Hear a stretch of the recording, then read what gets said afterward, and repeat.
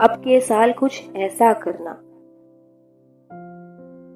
अब के साल कुछ ऐसा करना, अपने पिछले 12 माह के दुख सुख का अंदाजा करना,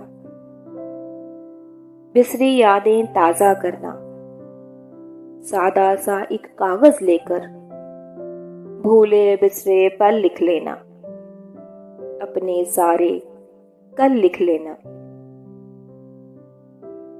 फिर उस बीते एक एक पल का, अपने गुजरे एक एक कल का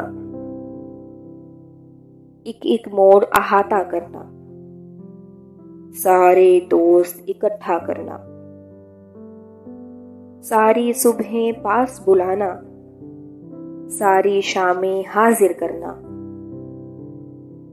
फिर मोहतात कयास लगाना,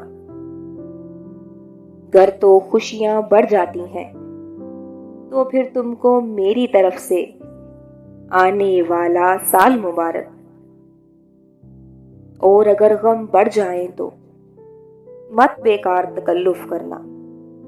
देखो देखो फिर तुम ऐसा करना, मेरी खुशियां तुम ले लेना, मुझको अपने गम दे देना। अब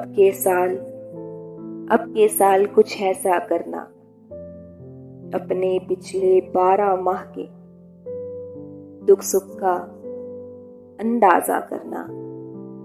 अब के साल कुछ ऐसा करना, अब के साल कुछ ऐसा करना।